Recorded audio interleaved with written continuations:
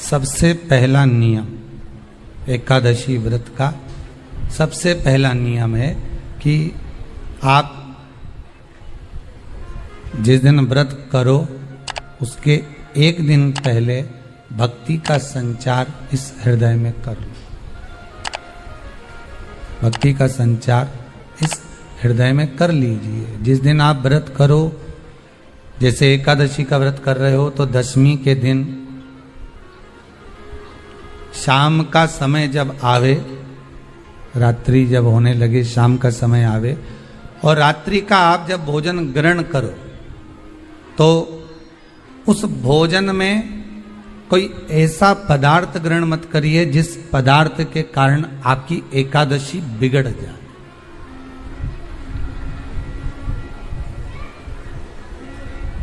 कोई बेकार भोजन हमें ग्रहण नहीं करना, श्रेष्ठ भोजन ग्रहण करिए दशमी के। और एकादशी का दूसरा नियम बहुत ध्यान से सुनिएगा। जिस दिन आपकी एकादशी का व्रत हो उस दिन प्रयास करिएगा कि अपने हाथ से किसी भी वृक्ष की कोई पत्ती टूटे ना। अपने हाथ से किसी भी वृक्ष की, पौधे की, किसी भी वृक्ष की पत्ती अपने हाथ से ना टूटे। बहुत ध्यान दीजिएगा महाराज। एकादशी का ये दूसरा नियम है कि अपने हाथ से किसी पौधे की, किसी वृक्ष की, किसी डाली की कोई पत्ती टूटे ना, कोई पत्ती ना टूटे, इसका प्रयास करिए।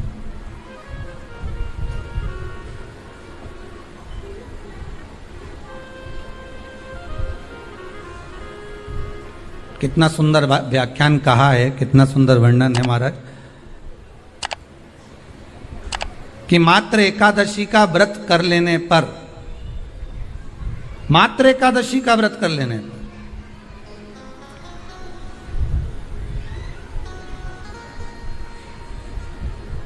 जो पूर्व में किया गया हमारा पाप कर्म है, हमने किसी जीव की हत्या करी है, हमने किसी को कष्ट प्रदान करा है, हमने किसी को अपशब्द कहा है, हमने किसी को ताने दिए, हमने किसी को आड़ा टेढ़ा कहा है, हमने किसी को गालियां दे दी है, मात्र एकादशी का व्रत ही कर लेने पर ये सारे जो दोष हैं वो समाप्त हो जाते हैं।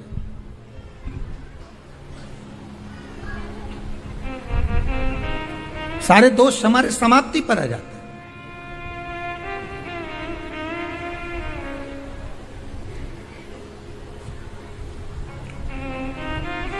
अब एक विचार करिएगा थोड़ा सा अपने मन में, अपने चित्त में, अपनी वृत्ति में एक बात उतारिएगा। एक अपने मन में एक बात को उतार कर रखिएगा कि आप अपने पाप को, अपने पाप कर्म को जिस दिन छिन्न करने वाले हो, समाप्त करने वाले हो, अपने पाप को आप जिस दिन समाप्ति पर लेकर जा रहे हो तो उसके एक दिन पहले आपको प्रसन्नता होना चाहिए कि नहीं होना चाहिए कि कल मेरा पाप कटने वाला है, कल मेरा पाप समाप्त होने वाला है। जो मैंने पाप कर्म करा है वो समाप्त होगा, जो मैंने पाप कर्म करा है वो कल समाप्त हो जाएगा। तो एक दिन पहले आपके चेहरे पर प्रसन्नता हो कि ना हो।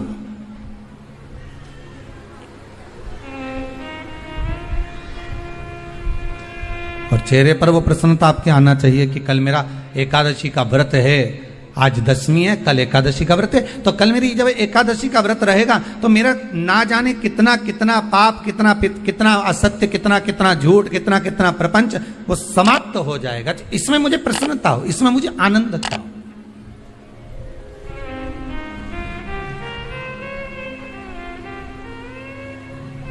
तो क्या कहा गया कि प्रयास करिएगा कि एकादशी के दिन कोई वृक्ष की, कोई डाली की, कोई कोपल की कोई पत्ती ना तोड़ी जाए। क्यों?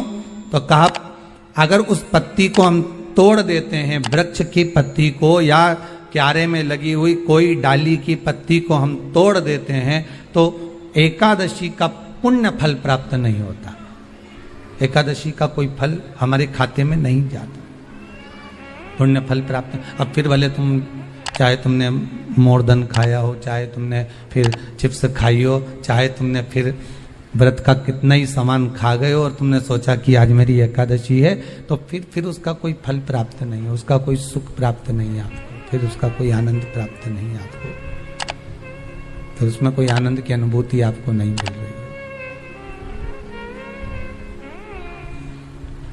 कितनी एकादशी है? जम के बोलो। 26। जो भगवान विष्णु के पास जाकर निवेदन करी थी वो निर्जला थी, निर्जला। इसलिए सारी एकादशियों में निर्जला एकादशी की महत्वता शास्त्र प्रमाण करता है महाराज। पर हिंदू धर्म के 3 व्रत ऐसे बता दिए जिन व्रतों का पुण्य समाप्त नहीं हुआ।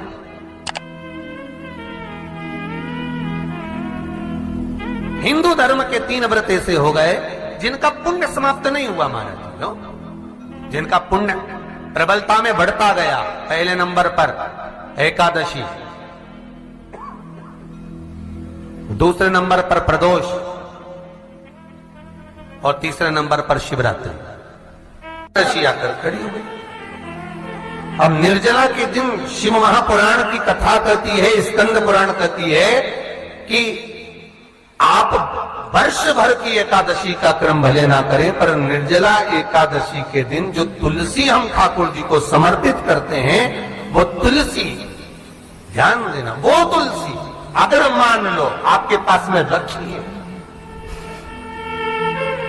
निर्जला एकादशी के दिन भगवान ठाकुर जी को, शालिग्राम जी को, लड्डू गोपाल जी को आपके घर में, आपके मंदिर में जो आपने भगवान को तुलसी समर्पित करी है, वो तुलसी मान लो तुम्हारे पास रखी है और कोई व्यक्ति को बहुत बहुत ज्यादा कष्ट है, शरीर में बहुत बहुत कष्ट है, थोड़ी सी वो तुलसी चढ़ी हुई ठाकुर के चरणारविंद की, आप उस जीव को दो तो सही, आधा घंटा इंतजार करो, स्वास्थ्य में अंतर आना प्रारंभ हो जाता है उस निर्जला का।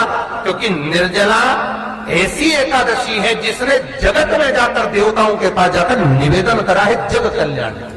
जितनी भी माताएं एकादशी का व्रत करती, बहुत ध्यान से सुनना आज की कथा को, शायद जिंदगी में मिली ना मिली, और ये कथा का रिश्ता तो बहुत ध्यान से सुनना। स्कंद पुराण यहां तक कहती है कि इस कथा के चरित्र को जो श्रवण कर लेता है उसको 26 एकादशी करना भी नहीं पड़ती। इस एकादशी की केवल ये कथा सुनकर ही वो तर जाता है। बहुत ध्यान से सुनना इसको, कथा को। एकादशी के दिन जब आप जल शंकर को चढ़ाने तो रोज ही जाते, जब एकादशी का दिन रहे और शंकर जी के मंदिर में आप जल समर्पित करें तो 3 बार मुख से स्वधा स्वधा स्वधा या स्वधा स्तोत्र का पाठ, जिसमें 12 श्लोक, 2-4 हैं। पैसा तो आ रहा है और घर में टिक नहीं रहा, डॉक्टर में, पुलिस में, एक्सीडेंट आदि में, कहीं गलत जगह पर, व्यसन में अगर पैसा जा रहा है, जुए में, मांसाहार, मदिरा पान, या कहीं आया पैसा, पैसा आने में कमी नहीं, आ रहा है पर टिक नहीं रहा, रुक नहीं रहा, कोई मांगने आ गया, दे दिया, फिर वहां से अपने पास नहीं आ रहा, अपन कह रहे हैं भैया हमारा पैसा लौटा दो, नहीं आ रहा। तो महाराज शिव महापुराण की कथा कहती है एकादशी के दिन गंगा के जल में मात्र 7 बेलपत्री डालकर, जो नंदीश्वर भगवान अर्थात जो शंकर जी के शिवलिंग के सामने नंदी होता है, उस नंदी के चरण पर गंगा का जल चढ़ाकर बेलपत्री शिव पर समर्पित कर देता है, उसके घर में रुपया रुकना चालू हो जाता है, फिर वो गलत जगह पर नहीं जाता, गलत स्थान पर वो धन जाएगा ही नहीं। तूने समझा, मांग तुझे क्या चाहिए। एकादशी ने भगवान विष्णु से कहा, नाथ प्रभु वर दे दो, मृत्यु लोक में जो मनुष्य मेरा व्रत करेगा, चाहे जलचर, थलचर, वायुचर या सांसारिक मनुष्य, मेरा अगर एकादशी का व्रत करेगा, प्रभु उसके यहां धन धान्य वैभव सुख संपदा बढ़ेगी और उस जीवात्मा को नरक नहीं भोगना पड़ेगा, सीधे बैकुंठ का उसको वास मिलेगा। जब जीव आत्मा को लेकर चला जाएगा। यम के दूत जब बंदी बनाकर ले जा रहे होंगे उस जीवात्मा को जिसके प्राण छूटे होंगे, यम के दूत जब बंदी बनाकर ले जा रहे होंगे, तब मुझे वर दो कि मैं इसका हाथ पकड़कर बेतन्नी से पार उतार कर सारे नरकों से निकालती हुई आपके धाम में लेकर आऊं। भगवान ने वर दे दिया, तथास्तु। हे एकादशी सुनो, मृत्यु लोक का मनुष्य अन्न का त्याग कर कर, क्योंकि अन्न में एकादशी के दिन पाप पुरुष रहता है, अन्न का त्याग कर कर एकादशी के दिन जो मनुष्य तुम्हारा व्रत धारण करेगा, उस व्रत को करेगा और उस व्रत को धारण करेगा, उसकी मनोकामना पूर्ण होकर वो मेरे ही धाम को जाएगा। ये तो हुआ एकादशी के जन्म की कथा। कई लोग इसको धन के लिए भी करते हैं, संपदा के लिए। संपदा के लिए अर्थात जिसका व्यापार नहीं चलता, जिसके घर में पैसा नहीं आता, या नौकरी नहीं लग रही, या सर्विस नहीं लग रही, आप अप्लाई कर रहे हो, जगह जगह जाकर इंटरव्यू भी दे रहे हो और पैसा नहीं आता, तो उसके लिए भी प्रयास किया जाता है। पर उसके लिए यहाँ पर जो धन के लिए करते हैं, उसके लिए विष्णुपदी के लिए करते हैं। मतलब जैसे गंगा के जल में तुलसी के 11 पत्ते डाले जाते हैं और उसको किसी भी नारायण के मंदिर में राम कृष्ण शिव शंकर नहीं, राम कृष्ण भगवान विष्णु दत्त आदि जितने नारायण के मंदिर हैं, उस मंदिर में किसी भी पात्र में, एक छोटे से पात्र में उसको भरकर रखी जाते हैं महाराज। उससे भी जॉब सर्विस नौकरी में सफलता प्राप्त हो जाती है। परंतु वो भी एकादशी को ही होता है। कुछ देर तक पात्र को रखा जाता है, फिर वही पात्र का जल किसी भी वृक्ष के नीचे डाल दिया जाता है, उससे भी नौकरी के लिए फायदा मिलता है। गंगा का जल कोई साधारण नहीं। दशमी, एकादशी और द्वादशी, इन 3 तिथियों पर एक रोटी में थोड़ा सा मीठा रखकर सोमक पितृ का नाम लेकर यदि गाय को खिला दिया जाता है, तो अगर कोई पूर्वज प्रेत योनि में भी पड़ा हुआ होता है, भटक रहा होता है, जिसको पिंड नहीं मिला, जो अचानक मर गया होता है, अधोगति में चले गया होता है, उस जीव की मुक्ति दशमी, एकादशी और द्वादशी, ये 3 दिन सोमक पितृ का नाम लेकर रोटी में, पूरी में मीठा रखकर अगर गाय को खिला दिया जाता है, ये 3 दिन तक, तो वो पितृ कभी भटकते नहीं है, उनको मुक्ति प्राप्त हो जाती है, मोक्ष में। नहीं, एकादशी है कौन? क्यों इसकी इतनी प्रधानता है? क्यों इसकी पुण्यता है? ऐसा क्या है एकादशी में जो इसकी पुण्यता मानी जाए? कौन है ये जो भगवान नारायण तक एकादशी का व्रत करते हैं? सुभद्रा जी को भगवान जगन्नाथ ने, जगदीश ने एकादशी का व्रत कराया था। बद्रीनारायण भगवान को माता लक्ष्मी ने एकादशी का व्रत कराया था। क्यों? चंद्रायण एकादशी व्रत की माता। एकादशी है कौन? तो कहा जिसको व्रत करने पर भगवान नारायण भी जिसका व्रत करते हो, भगवान माता लक्ष्मी जिसका व्रत करती हो, वो एकादशी है कौन? तो शास्त्र वर्णन करता है महाराज, स्कंद पुराण का सुंदर चातुर्मास्य खंड के अंतर्गत वर्णन आया है महाराज। एक बार भगवान विष्णु आनंद में विराजमान थे, पद्मावती और माता लक्ष्मी दोनों उनके पास में विराजी हुई थी।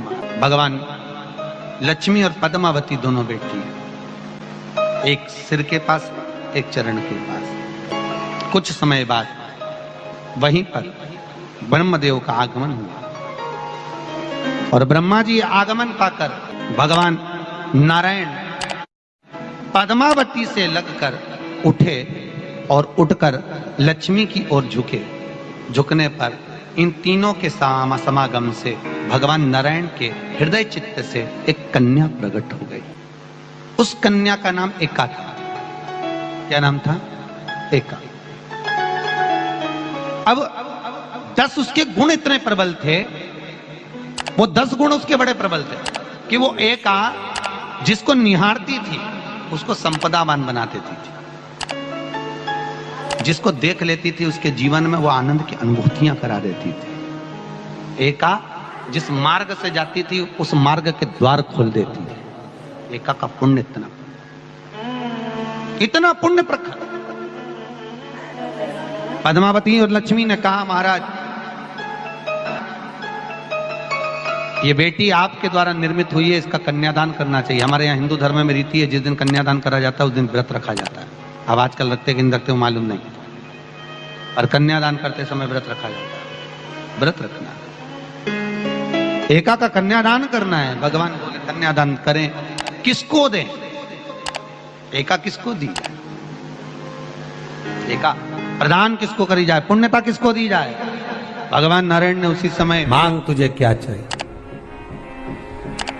एकादशी ने भगवान विष्णु से कहा, नाथ प्रभु वर दे दो, मृत्यु लोक में जो मनुष्य मेरा व्रत करेगा, चाहे जलचर, थलचर, वायुचर या सांसारिक मनुष्य, मेरा अगर एकादशी का व्रत करेगा, प्रभु उसके यहां धन धान्य वैभव सुख संपदा बढ़ेगी और उस जीवात्मा को नरक नहीं भोगना पड़ेगा, सीधे वैकुंठ का उसको वास मिलेगा। जब जीव आत्मा को लेकर चला जाएगा, यम के दूत जब बंदी बनाकर ले जा रहे होंगे उस जीवात्मा को, जिसके प्राण छूटे होंगे, यम के दूत जब बंदी बनाकर ले जा रहे होंगे, तब मुझे वर दो कि मैं इसका हाथ पकड़कर बेतरनी से पार उतार कर सारे नरकों से निकालती हुई आपके धाम में लेकर आऊं। भगवान ने वर दे दिया, तथास्तु। हे एकादशी सुनो, मृत्यु लोक का मनुष्य अन्न का त्याग कर कर, क्योंकि अन्न में एकादशी के दिन पाप पुरुष रहता है, अन्न का त्याग कर कर एकादशी के दिन जो मनुष्य तुम्हारा व्रत धारण करेगा, उस व्रत को करेगा और उस व्रत को धारण करेगा, उसकी मनोकामना पूर्ण होकर वो मेरे ही धाम को जाएगा।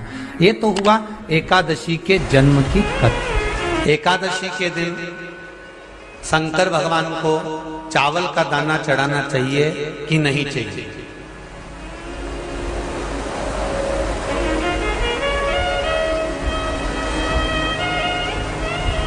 अब बोलो तेरा क्या होगा रे कालिया? है? चलो ठीक है। बीमार व्यक्ति से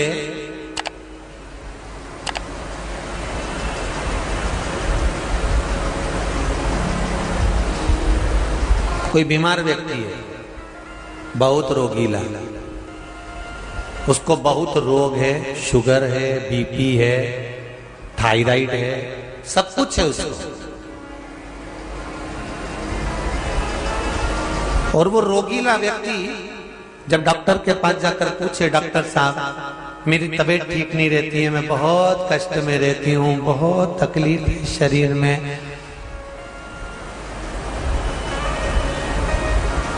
और अभी सावन का महीने का व्रत आ रहा है डॉक्टर साहब, 1 महीना में व्रत करती थी पहले, करूं कि नहीं करूं? तो डॉक्टर साहब क्या बोलेंगे? बोलते जाओ जरा जम के। डॉक्टर बोलेगा कि आप व्रत मत करो। डॉक्टर एक बात कहेंगे,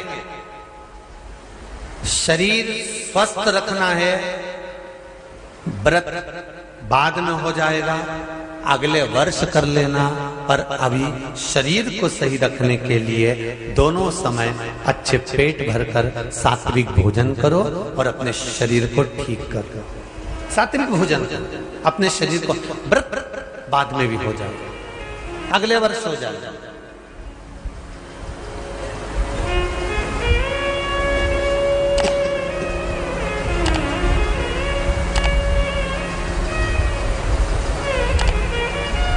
अभी तुम थोड़ा सवेरे 2 बिस्कुट ले लिया करो, सुबह नाश्ता ले लिया करो, भोजन ले लिया करो, फिर दोपहर में कुछ हल्का फुल्का लेकर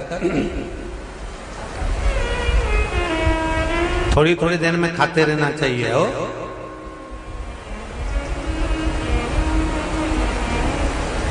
थोड़ा थोड़ा खाओ, थोड़ी थोड़ी देर में खाओ, एक साथ सुरसा जैसे मत निपटा जाए, थोड़ा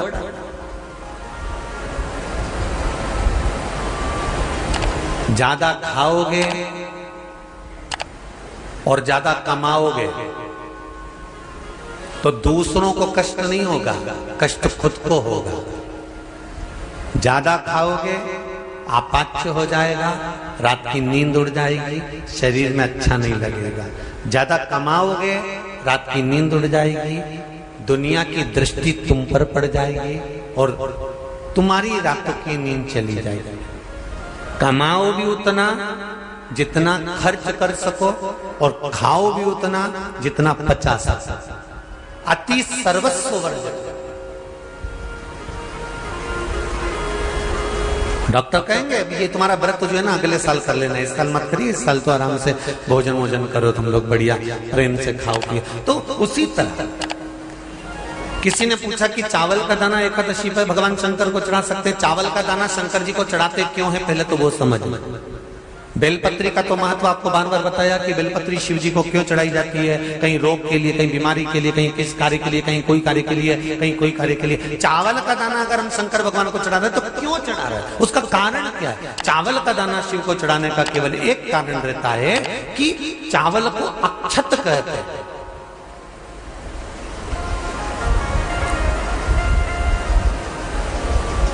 अक्षत का मतलब होता है अक्षय।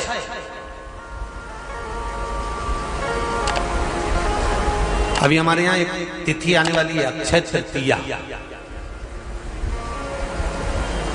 उसका मतलब क्या होता है? अक्षय, जिसका कभी क्षय ना हो। जब हम भगवान शंकर को चावल का दाना चढ़ाते हैं, जैसे बहुत ध्यान दीजिएगा महाराज, बहुत समझने वाली बात है, बहुत ध्यान से।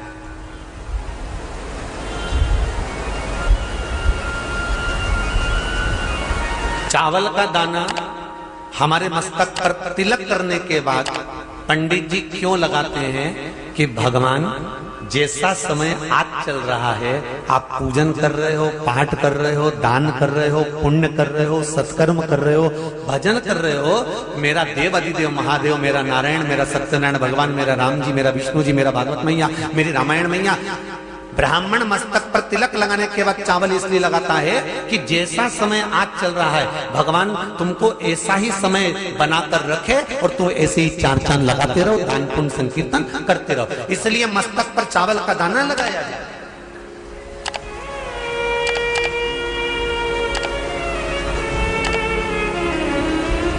कोई मर जाता है, मरने के बाद जब तक पगड़ी नहीं होती तब तक माथे पर तिलक, चावल का दाना लगाया जाता है।